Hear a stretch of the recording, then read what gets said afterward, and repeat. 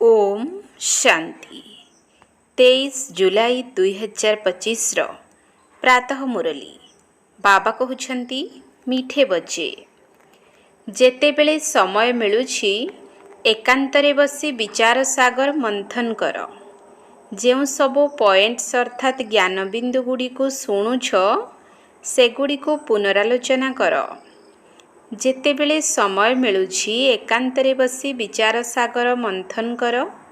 जेउ सबो पॉइंट्स अर्थात ज्ञान बिंदु गुडी को शुणुछ सेगुडी को पुनरालोचना कर। प्रश्न तुम मानकर जोगर यात्रा केबे शेष हेबो? तुम मानकर जोगर यात्रा केबे शेष हेबो? उत्तर जेतेबेले तुम मानकर कर्मेंद्रिय धोखा देब नाही सेतेबेले जोगर यात्रा शेष हेबो।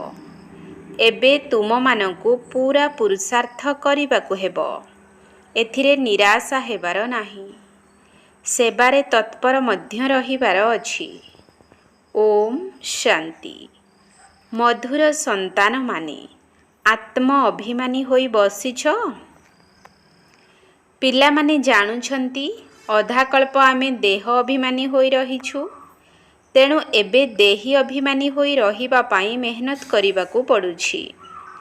बाबा आसी बुझाउछंती जे निजको आत्मा निश्चय करी बस। तेबे बाबा मने पड़िबे नचेत बाबांकर स्मृति भूली जीव। जदि स्मृति न रहिबो तेबे यात्रा किपरि करिबो?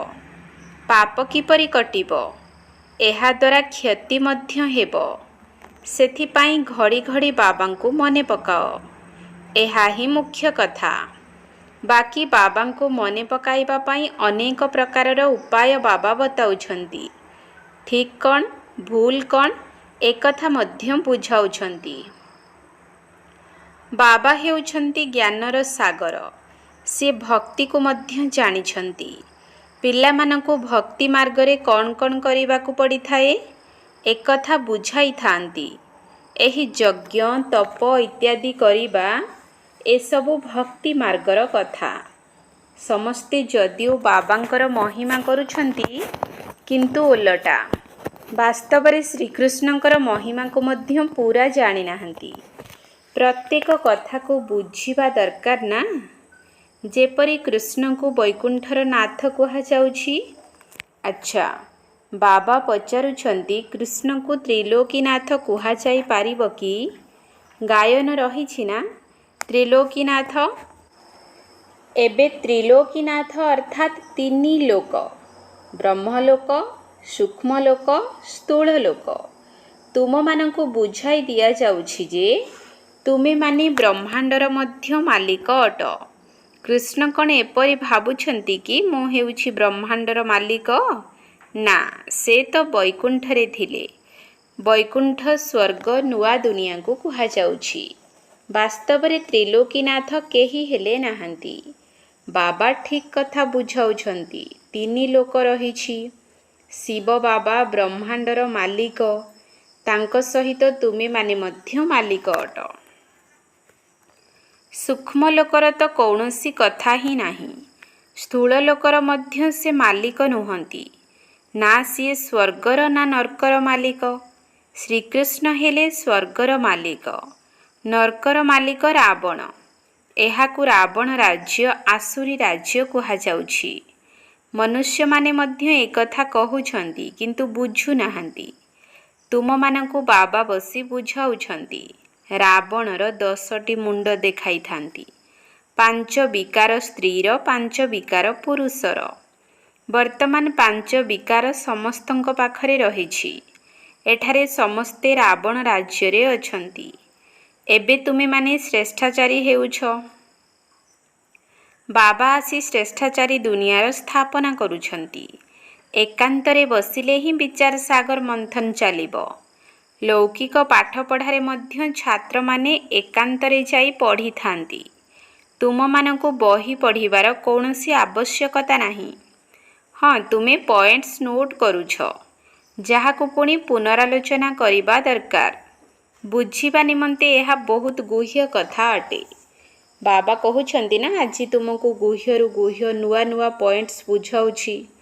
ଲକ୍ଷ୍ମୀ ନାରାୟଣ ପାରସପୁରୀର ମାଲିକ ଥିଲେ। ଏପରି କୁହାଯିବ ନାହିଁ ଯେ ବିଷ୍ଣୁ ମାଲିକ ଅଟନ୍ତି।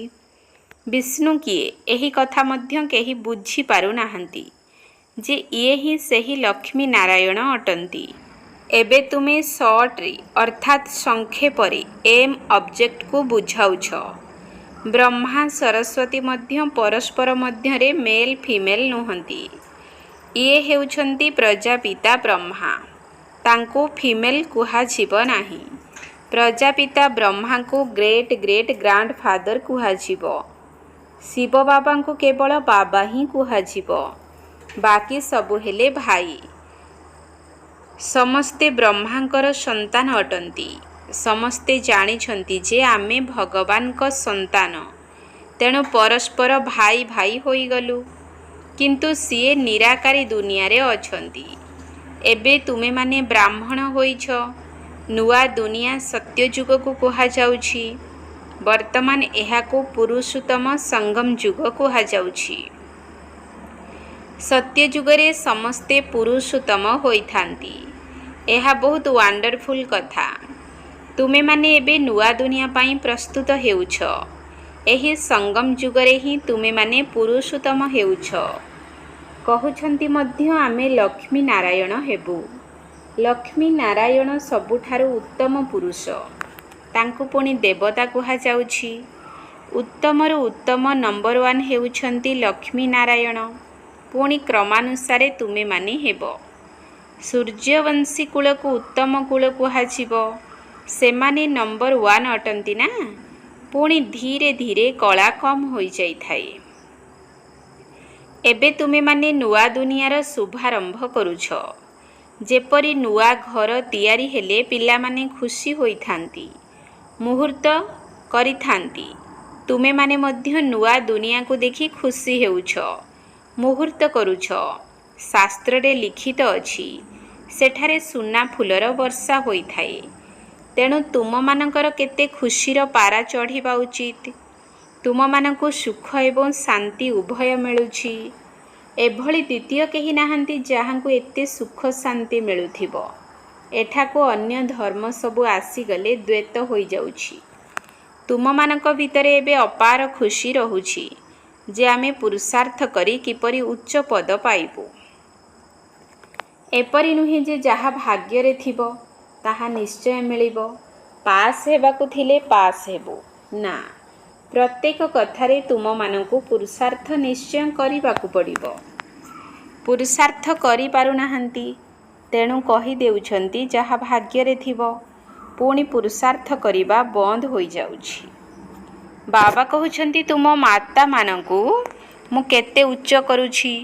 ମହିଳାମାନଙ୍କର ସବୁ ଜାଗାରେ ସମ୍ମାନ ରହିଛି। ବିଲାତରେ ମଧ୍ୟ ସେମାନଙ୍କର ସମ୍ମାନ ରହିଛି। କିନ୍ତୁ ଏଠାରେ ଯଦି କନ୍ୟାଟିଏ ଜନ୍ମ ହେଉଛି ତେବେ ଖଟିଆ ଓଲଟାଇ ଦେଉଛନ୍ତି, ଅର୍ଥାତ୍ ଅଶୁଭ ମନେ କରୁଛନ୍ତି। କାରଣ ଦୁନିଆ ବିଲକୁଲ ତମୋ ପ୍ରଧାନ ହୋଇଗଲାଣି। ତୁମେମାନେ ଜାଣୁଛ ଭାରତ ଦିନେ କ'ଣ ଥିଲା, ଏବେ କ'ଣ ହୋଇଗଲାଣି। ମନୁଷ୍ୟ ଭୁଲି ଯାଇଛନ୍ତି, ତେଣୁ ଶାନ୍ତି ମାଗୁଛନ୍ତି, ଚାହୁଁଛନ୍ତି ବିଶ୍ୱରେ ଶାନ୍ତି ହେଉ। ତୁମେମାନେ ଏହି ଲକ୍ଷ୍ମୀ ନାରାୟଣଙ୍କର ଚିତ୍ର ଦେଖାଅ ଏବଂ କୁହ ଯେତେବେଳେ ଏମାନଙ୍କର ରାଜ୍ୟ ଥିଲା ସେତେବେଳେ ଦୁନିଆରେ ପବିତ୍ରତା, ସୁଖ, ଶାନ୍ତି ସବୁକିଛି ଥିଲା। ତୁମମାନଙ୍କୁ ଏହିପରି ରାଜ୍ୟ ଦରକାର ନା। ମୂଳ ବତନରେ ବିଶ୍ୱର ଶାନ୍ତି ବୋଲି କୁହାଯିବ ନାହିଁ। ବିଶ୍ୱରେ ଶାନ୍ତି ଏହିଠାରେ ହେବ ନା। ଦେବତାମାନଙ୍କ ରାଜ୍ୟ ସାରା ବିଶ୍ୱରେ ଥିଲା। ବ୍ରହ୍ମଲୋକ ହେଉଛି ଆତ୍ମାମାନଙ୍କର ଦୁନିଆ। ମନୁଷ୍ୟମାନେ ଏକଥା ଜାଣିନାହାନ୍ତି ଯେ ଆତ୍ମାମାନଙ୍କର ମଧ୍ୟ ଏକ ଦୁନିଆ ରହିଛି। ବାବା କହୁଛନ୍ତି ମୁଁ ତୁମମାନଙ୍କୁ କେତେ ଉଚ୍ଚ ପୁରୁଷୋତ୍ତମ କରୁଛି। ଏହିସବୁ କଥା ଅନ୍ୟମାନଙ୍କୁ ବୁଝାଇବା ଦରକାର। ଏପରି ନୁହେଁ କି ରଡ଼ି ମାରିବ ଯେ ଭଗବାନ ଆସିଛନ୍ତି, କେହି ମାନିବେ ନାହିଁ। ଆହୁରି ଗାଳି ଖାଇବ ଏବଂ ଅନ୍ୟମାନଙ୍କୁ ମଧ୍ୟ ଖୁଆଇବ। ସେମାନେ କହିବେ ବିକେ ନିଜର ବାବାଙ୍କୁ ଭଗବାନ କହୁଛନ୍ତି। ଏଭଳି କୌଣସି ସେବା ହୁଏ ନାହିଁ। ବାବା ସେବା କରିବା ପାଇଁ ଭିନ୍ନ ଭିନ୍ନ ଉପାୟ ବତାଉଛନ୍ତି। ଘରେ 8-10ଟି ଭଲ ଭଲ ଚିତ୍ର କାନ୍ଥରେ ଲଗାଇ ଦିଅ ଏବଂ ବାହାରେ ଲେଖିଦିଅ, ଯଦି ବେହଦ୍ର ବାବାଙ୍କଠାରୁ ବେହଦ ସୁଖର ବର୍ଷା ନେବାକୁ ଚାହୁଁଛ ଅଥବା ମନୁଷ୍ୟରୁ ଦେବତା ହେବାକୁ ଚାହୁଁଛ, ତେବେ ଆସ, ଆମେ ଆପଣମାନଙ୍କୁ ବୁଝାଇବୁ। ଏହିଭଳି ଭାବରେ ବୁଝାଇଲେ ବହୁତ ଆସିବାରେ ଲାଗିବେ, ସ୍ୱତଃ ଆସିବେ। ବିଶ୍ୱରେ ଦିନେ ଶାନ୍ତି ଥିଲା ନା? ଏବେ ଏତେ ଢେର ଧର୍ମ ରହିଛି। ଏହି ତମୋପ୍ରଧାନ ଦୁନିଆରେ ଶାନ୍ତି କିପରି ହୋଇପାରିବ? ବିଶ୍ୱରେ ଶାନ୍ତି କେବଳ ଭଗବାନ ହିଁ କରିପାରିବେ। ଯେତେବେଳେ ଶିବ ବାବା ଏଠାକୁ ଆସୁଛନ୍ତି, ତେବେ ନିଶ୍ଚୟ କିଛି ଉପହାର ଆଣୁଥିବେ। ଏକମାତ୍ର ବାବା ହିଁ ଏତେ ଦୂରରୁ ଆସୁଛନ୍ତି ଏବଂ ଥରେ ମାତ୍ର ଆସୁଛନ୍ତି। ବାବା ପ୍ରତି 5000 ବର୍ଷ ପରେ ଥରେ ଆସୁଛନ୍ତି। ଯେପରି ତୀର୍ଥଯାତ୍ରାରୁ ଫେରିଲେ ପିଲାମାନଙ୍କ ପାଇଁ କିଛି ଉପହାର ଆଣିଥାନ୍ତି, ସ୍ତ୍ରୀର ପତି ମଧ୍ୟ ପିଲାର ବାପା ତ ହୋଇଥାଏ ନା, ପୁଣି ଦାଦା, ପରଦାଦା, ତରଦାଦା ହୋଇଥାନ୍ତି। ସେହିପରି ଏହାଙ୍କୁ ତୁମେମାନେ ବାବା କହୁଛ, ପୁଣି ଗ୍ରେଟ୍ ଗ୍ରେଟ୍ ଗ୍ରାଣ୍ଡ ଫାଦର ମଧ୍ୟ ଥିବେ। ଏହା ମଧ୍ୟ ବଂଶାବଳୀ ଅଟେ ନା? ଏଡମ୍ ଆଦିଦେବ ନାମ ରହିଛି, କିନ୍ତୁ ମନୁଷ୍ୟମାନେ ଏହାର ଅର୍ଥକୁ ବୁଝୁନାହାନ୍ତି। ବାବା ହିଁ ଏହାର ଅର୍ଥକୁ ବୁଝାଉଛନ୍ତି। ବାବାଙ୍କ ଦ୍ୱାରା ସୃଷ୍ଟିଚକ୍ରର ଇତିହାସ ଭୂଗୋଳକୁ ଜାଣି ତୁମେମାନେ ଏବେ ଚକ୍ରବର୍ତ୍ତୀ ରାଜା ହେଉଛ। ବାବା କେତେ ସ୍ନେହ ଏବଂ ରୁଚିର ସହିତ ପାଠ ପଢ଼ାଉଛନ୍ତି, ତେଣୁ ସେହିପରି ପଢ଼ିବା ଦରକାର ନା। ସକାଳ ସମୟରେ ସମସ୍ତେ ଫ୍ରି ରହିଥାନ୍ତି, ତେଣୁ ସକାଳୁ କ୍ଲାସ୍ ହୋଇଥାଏ। ଅଧଘଣ୍ଟା 45 ମିନିଟ୍ ମୁରଲି ଶୁଣି ପୁଣି ଚାଲିଯାଅ। ଯୋଗ ତ କେଉଁଠି ଥିଲେ ବି କରିପାରିବ। ରବିବାର ଦିନ ଛୁଟି, ତେଣୁ ସେଦିନ ସକାଳୁ 2-3 ଘଣ୍ଟା ବସିଯାଅ। ଦିନର ରୋଜଗାରକୁ ମେକଅପ୍ ଅର୍ଥାତ୍ ପୂରଣ କରିନିଅ। ପୁରା ଝୁଲାମୁଣିକୁ ଭରପୁର କରିଦିଅ। ଟାଇମ୍ ମିଳୁଛି ନା? ମାୟାର ତୋଫାନ ଆସିଲେ ଯୋଗ କରିପାରିବ ନାହିଁ। ବାବା ବିଲକୁଲ ସହଜ ଭାବରେ ବୁଝାଉଛନ୍ତି। ଭକ୍ତି ମାର୍ଗରେ କେତେ ସତ୍ସଙ୍ଗକୁ ଯାଉଛନ୍ତି। ଶ୍ରୀକୃଷ୍ଣଙ୍କ ମନ୍ଦିର, ଶ୍ରୀନାଥଙ୍କ ମନ୍ଦିରକୁ ଯାଉଛନ୍ତି, ପୁଣି ଆଉ କାହା କାହା ମନ୍ଦିରକୁ ମଧ୍ୟ ଯାଇଥାନ୍ତି। ତୀର୍ଥଯାତ୍ରା ସମୟରେ ମଧ୍ୟ କେତେକ ବ୍ୟଭିଚାରୀ ହେଉଛନ୍ତି, ଏତେ କଷ୍ଟ କରୁଛନ୍ତି, କିନ୍ତୁ ଫାଇଦା କିଛି ହେଲେ ହେଉନାହିଁ। ଡ୍ରାମାରେ ଏହା ମଧ୍ୟ ନିର୍ଦ୍ଧାରିତ ଅଛି, ପୁଣି ମଧ୍ୟ ହେବ। ତୁମ ଆତ୍ମାରେ ପାର୍ଟ ଭରି ରହିଛି। ସତ୍ୟଯୁଗ ଏବଂ ତ୍ରେତା ଯୁଗରେ ଯେଉଁ ପାଠ କଳ୍ପ ପୂର୍ବରୁ କରିଥିଲେ, ତାହା ହିଁ ପୁଣି କରିବେ। ଯାହାର ବୁଦ୍ଧି ମୋଟା, ସେମାନେ ଏହି କଥାକୁ ମଧ୍ୟ ବୁଝିପାରନ୍ତି ନାହିଁ। ଯାହାର ବୁଦ୍ଧି ସୂକ୍ଷ୍ମ, ସେମାନେ ଭଲ ଭାବରେ ବୁଝିପାରିବେ ଏବଂ ଅନ୍ୟମାନଙ୍କୁ ମଧ୍ୟ ବୁଝାଇ ପାରିବେ। ତାଙ୍କୁ ଅନ୍ତରରେ ଅନୁଭବ ହୁଏ ଯେ ଏହା ଅନାଦି ନାଟକ ଅଟେ। ଦୁନିଆରେ ଏହି କଥାକୁ କେହି ବୁଝୁନାହାନ୍ତି ଯେ ଏହା ହେଉଛି ବେହଦ୍ର ନାଟକ। ଏହାକୁ ବୁଝିବାରେ ମଧ୍ୟ ସମୟ ଲାଗୁଛି। ବାବା ପ୍ରତି କଥାକୁ ବିସ୍ତାର ଭାବରେ ବୁଝାଇ ପୁଣି କହୁଛନ୍ତି, ମୁଖ୍ୟ କଥା ହେଲା ଯୋଗର ଯାତ୍ରା। ସେକେଣ୍ଡରେ ଜୀବନ ମୁକ୍ତିର ମଧ୍ୟ ଗାୟନ ରହିଛି ଏବଂ ଏକଥା ମଧ୍ୟ ଗାୟନ ରହିଛି ଯେ ସେ ଜ୍ଞାନର ସାଗର ଅଟନ୍ତି। ସାରା ସାଗରକୁ ସ୍ୟାହି କର, ଜଙ୍ଗଲକୁ କଲମ କର, ଧରିତ୍ରୀକୁ କାଗଜ କର, ତେବେ ମଧ୍ୟ ଅନ୍ତ ହୋଇପାରିବ ନାହିଁ। ଆରମ୍ଭରୁ ତୁମେମାନେ କେତେ ଲେଖି ଆସିଛ। ଢେର କାଗଜ ହେବ। ତୁମମାନଙ୍କୁ ଏବେ କୌଣସି ଧକ୍କା ଖାଇବାର ଆବଶ୍ୟକତା ନାହିଁ। ମୁଖ୍ୟ କଥା ହେଲା ଅଲଫ। ବାବାଙ୍କୁ ମନେ ପକାଇବାକୁ ହେବ। ଏଠାକୁ ମଧ୍ୟ ତୁମେମାନେ ଶିବ ବାବାଙ୍କ ପାଖକୁ ଆସୁଛ। ଶିବ ବାବା ବ୍ରହ୍ମାଙ୍କ ଶରୀରରେ ପ୍ରବେଶ କରି ତୁମମାନଙ୍କୁ କେତେ ସ୍ନେହର ସହିତ ପାଠ ପଢ଼ାଉଛନ୍ତି। ଏଥିରେ କିଛି ବଡ଼ ପଣିଆ ନାହିଁ। ବାବା କହୁଛନ୍ତି, ମୁଁ ଏହି ପୁରୁଣା ଶରୀରରେ ଆସୁଛି। କିପରି ସାଧାରଣ ଭାବରେ ଶିବ ବାବା ଆସି ପାଠ ପଢ଼ାଉଛନ୍ତି, କୌଣସି ଅହଙ୍କାର ନାହିଁ। ବାବା କହୁଛନ୍ତି, ତୁମେମାନେ ମୋତେ କହୁଛ ଏହି ପତିତ ଦୁନିଆ, ପତିତ ଶରୀରରେ ଆସ, ଆସି ଆମକୁ ଶିକ୍ଷା ଦିଅ। ସତ୍ୟଯୁଗରେ ତ ଡାକୁନାହଁ ଯେ ବାବା ହୀରାନୀଳାର ମହଲରେ ଆସି ବସ, ଭୋଜନ ଆଦି କର। ବାସ୍ତବରେ ଶିବ ବାବା ଭୋଜନ ଖାଉନାହାନ୍ତି। ଆଗରୁ ଡାକୁଥିଲେ ଯେ ଆସି ଭୋଜନ ଖାଅ। 36 ପ୍ରକାର ଭୋଜନ ଖୁଆଉଥିଲେ। ଏହା ପୁଣି ମଧ୍ୟ ହେବ। ଏହାକୁ ମଧ୍ୟ ଚରିତ୍ର କୁହାଯିବ। କୃଷ୍ଣଙ୍କର ଚରିତ୍ର କ'ଣ? ସେ ସତ୍ୟଯୁଗର ରାଜକୁମାର ଅଟନ୍ତି। ତାଙ୍କୁ ପତିତ ପାବନ କୁହାଯିବ ନାହିଁ।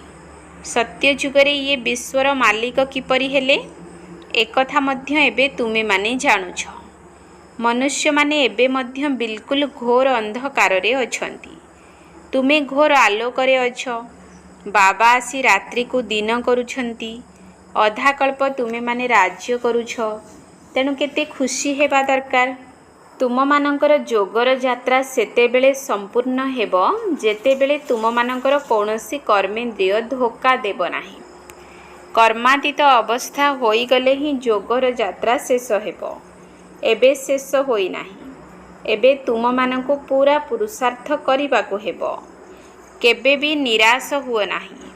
କେବଳ ସେବା ଆଉ ସେବା। ବାବା ମଧ୍ୟ ଆସି ବୁଢ଼ା ଶରୀରରେ ସେବା କରୁଛନ୍ତି ନା। ବାବା ହେଲେ କରନ୍ କରାବନହାର। ତାଙ୍କର ପିଲାମାନଙ୍କ ପାଇଁ କେତେ ଚିନ୍ତା ରହୁଛି। ଏକଥା କରିବାକୁ ହେବ, ଘର କରିବାକୁ ପଡ଼ିବ। ଯେପରି ଲୌକିକ ପିତାଙ୍କର ହଦ୍ର ଖିଆଲ ରହିଥାଏ, ସେହିପରି ପାରଲୌକିକ ବାବାଙ୍କର ବେହଦ୍ର ଖିଆଲ ରହୁଛି। ତେଣୁ ତୁମମାନଙ୍କୁ ମଧ୍ୟ ସେବା କରିବାକୁ ହେବ। ଦିନକୁ ଦିନ ବହୁତ ସହଜ ହୋଇଯାଉଛି। ଯେତେ ବିନାଶର ସମୟ ନିକଟ ହୋଇ ଆସିବ, ସେତେ ତୁମମାନଙ୍କ ଭିତରେ ଶକ୍ତି ଆସିବ। ଗାୟନ ମଧ୍ୟ ରହିଛି ଭୀଷ୍ମ ପିତାମହ ଆଦିଙ୍କୁ ଶେଷ ସମୟରେ ତୀର ଲାଗିଲା। ଏବେ ତୀର ଲାଗିଲେ ବହୁତ ହଙ୍ଗାମା ହୋଇଯିବ। ଏତେ ଭିଡ଼ ହୋଇଯିବ ଯେ ସେ କଥା ନ କହିଲେ ଭଲ। କହୁଛନ୍ତି ନା, ମୁଣ୍ଡ କୁଣ୍ଡାଇବାକୁ ମଧ୍ୟ ଫୁର୍ସତ ମିଳିବ ନାହିଁ। ବାସ୍ତବରେ ଏଭଳି କିଛି କଥା ହେବ ନାହିଁ। କିନ୍ତୁ ଯଦି ଭିଡ଼ ହୋଇଯାଏ, ତେବେ ଏପରି କୁହାଯାଏ, ସେମାନଙ୍କୁ ତୀର ଲାଗିଲେ ତୁମର ପ୍ରଭାବ ବାହାରିବ। ସବୁ ସନ୍ତାନମାନଙ୍କୁ ବାବାଙ୍କର ପରିଚୟ ମିଳିବ। ତୁମେମାନେ 3 ପାଦ ପୃଥିବୀରେ ମଧ୍ୟ ଏହି ଅବିନାଶୀ ଈଶ୍ୱରୀୟ ବିଶ୍ୱବିଦ୍ୟାଳୟ ଖୋଲିପାରିବ। ପଇସା ନଥିଲେ ମଧ୍ୟ ଚିନ୍ତା ନାହିଁ। ଚିତ୍ର ତୁମମାନଙ୍କୁ ମିଳିଯିବ। ସେବାରେ ମାନ ଅପମାନ, ଦୁଃଖ ସୁଖ, ଥଣ୍ଡା ଗରମ ସବୁ ସହନ କରିବାକୁ ହେବ। କାହାକୁ ହୀରା ସଦୃଶ କରିବା କିଛି କମ୍ କଥା ନୁହେଁ। ବାବା କ'ଣ କେବେ ଥକି ଯାଉଛନ୍ତି? ତୁମେମାନେ କାହିଁକି ଥକି ଯାଉଛ? ଆଚ୍ଛା, ମିଠା ମିଠା ଶିକିଲ ଦିଏ ସନ୍ତାନମାନଙ୍କ ପ୍ରତି ମାତା ପିତା ବାପ ଦାଦାଙ୍କର ମଧୁର ସ୍ନେହ ସମ୍ପନ୍ନ ଶୁଭେଚ୍ଛା ଏବଂ ସୁପ୍ରଭାତ। ଆତ୍ମିକ ପିତାଙ୍କର ଆତ୍ମିକ ସନ୍ତାନମାନଙ୍କୁ ନମସ୍ତେ। ଆତ୍ମିକ ସନ୍ତାନମାନଙ୍କର ଆତ୍ମିକ ବାପ ଦାଦାଙ୍କୁ ନମସ୍ତେ ନମସ୍ତେ ନମସ୍ତେ। ସୁପ୍ରଭାତ। ଧାରଣା ପାଇଁ ମୁଖ୍ୟ ସାର। 1 ନମ୍ବର ପଏଣ୍ଟ। ସକାଳ ସମୟରେ ଅଧଘଣ୍ଟା ବା 45 ମିନିଟ ବହୁତ ସ୍ନେହରେ ଅର୍ଥାତ୍ ଆଗ୍ରହର ସହିତ ପାଠ ପଢ଼ିବାକୁ ହେବ। ବାବାଙ୍କ ସ୍ମୃତିରେ ରହିବାକୁ ହେବ। ଯୋଗ କରିବାରେ ଏଭଳି ପୁରୁଷାର୍ଥ କର, ଯାହାଦ୍ୱାରା ସମସ୍ତ କର୍ମେନ୍ଦ୍ରିୟ ବଶୀଭୂତ ହୋଇଯିବ। ସକାଳ ସମୟରେ ଅଧଘଣ୍ଟା ବା 45 ମିନିଟ ବହୁତ ସ୍ନେହରେ ଅର୍ଥାତ୍ ଆଗ୍ରହର ସହିତ ପାଠ ପଢ଼ିବାକୁ ହେବ। ବାବାଙ୍କ ସ୍ମୃତିରେ ରହିବାକୁ ହେବ। ଯୋଗ କରିବାରେ ଏଭଳି ପୁରୁଷାର୍ଥ କର, ଯାହାଦ୍ୱାରା ସମସ୍ତ କର୍ମେନ୍ଦ୍ରିୟ ବଶୀଭୂତ ହୋଇଯିବ। 2 ନମ୍ବର ପଏଣ୍ଟ। ସେବାରେ ଦୁଃଖ ସୁଖ, ମାନ ଅପମାନ, ଥଣ୍ଡା ଗରମ ସବୁକିଛି ସହନ କରିବାକୁ ହେବ। ସେବାରେ କେବେ ହେଲେ ଥକି ଯିବାର ନାହିଁ। 3 ପାଦ ପୃଥିବୀରେ ଅର୍ଥାତ୍ ଛୋଟିଆ ସ୍ଥାନଟିରେ ମଧ୍ୟ ଡାକ୍ତରଖାନା ସହିତ ୟୁନିଭର୍ସିଟି ଖୋଲି ଲୋକମାନଙ୍କୁ ହୀରାତୁଲ୍ୟ କରିବାର ସେବା କରିବାକୁ ହେବ। ସେବାରେ ଦୁଃଖ ସୁଖ, ମାନ ଅପମାନ, ଥଣ୍ଡା ଗରମ ସବୁକିଛି ସହନ କରିବାକୁ ହେବ। ସେବାରେ କେବେ ହେଲେ ଥକି ଯିବାର ନାହିଁ। 3 ପାଦ ପୃଥିବୀରେ ଅର୍ଥାତ୍ ଛୋଟିଆ ସ୍ଥାନଟିରେ ମଧ୍ୟ ଡାକ୍ତରଖାନା ସହିତ ୟୁନିଭର୍ସିଟି ଖୋଲି ଲୋକମାନଙ୍କୁ ହୀରାତୁଲ୍ୟ କରିବାର ସେବା କରିବାକୁ ହେବ। ବରଦାନ ପ୍ରକୃତ ଆତ୍ମିକ ସ୍ନେହର ଅନୁଭୂତି କରାଉଥିବା ମାଷ୍ଟର ସ୍ନେହର ସାଗର ହୁଅ। ପ୍ରକୃତ ଆତ୍ମିକ ସ୍ନେହର ଅନୁଭୂତି କରାଉଥିବା ମାଷ୍ଟର ସ୍ନେହର ସାଗର ହୁଅ। ଯେପରି ସାଗର କୂଳକୁ ଗଲେ ଶୀତଳତାର ଅନୁଭବ ହୋଇଥାଏ, ସେହିପରି ତୁମେ ପିଲାମାନେ ମଧ୍ୟ ମାଷ୍ଟର ସ୍ନେହର ସାଗର ହୁଅ। ତେବେ ଯେଉଁ ଆତ୍ମା ତୁମ ସମ୍ମୁଖକୁ ଆସିବ, ସେ ଅନୁଭବ କରିବ ଯେ ମାଷ୍ଟର ସ୍ନେହର ସାଗରର ଲହଡ଼ି ମୋତେ ସ୍ନେହର ଅନୁଭୂତି କରାଉଛି। କାହିଁକି ନା ଆଜିର ଦୁନିଆ ସଚ୍ଚା ଆତ୍ମିକ ସ୍ନେହର ଭୋକିଲା ଅଟେ। ଦୁନିଆର ସ୍ୱାର୍ଥବାଦୀ ସ୍ନେହକୁ ଦେଖି ସେଥିପ୍ରତି ବିତୃଷ୍ଣା ଆସିଗଲାଣି। ସେଥିପାଇଁ ସଚ୍ଚା ଆତ୍ମିକ ସ୍ନେହର କେତୋଟି ମୁହୂର୍ତ୍ତର ଅନୁଭୂତିକୁ ମଧ୍ୟ ଜୀବନର ସାହାରା ମନେ କରିବେ।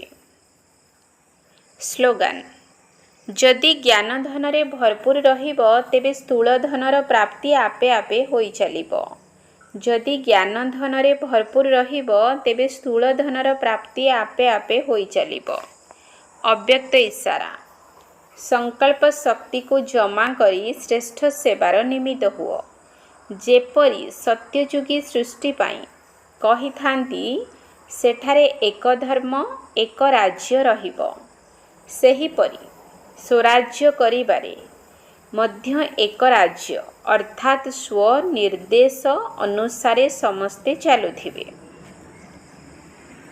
ମନ ନିଜର ମନମତ ଚଲାଉନଥିବ, ବୁଦ୍ଧି ନିଜର ନିର୍ଣ୍ଣୟ ଶକ୍ତିର ହଲଚଲ କରୁନଥିବ, ସଂସ୍କାର ଆତ୍ମାକୁ ନାଚ ନଚାଉନଥିବ, ତେବେ କୁହାଯିବ ଏକ ଧର୍ମ ଏକ ରାଜ୍ୟ।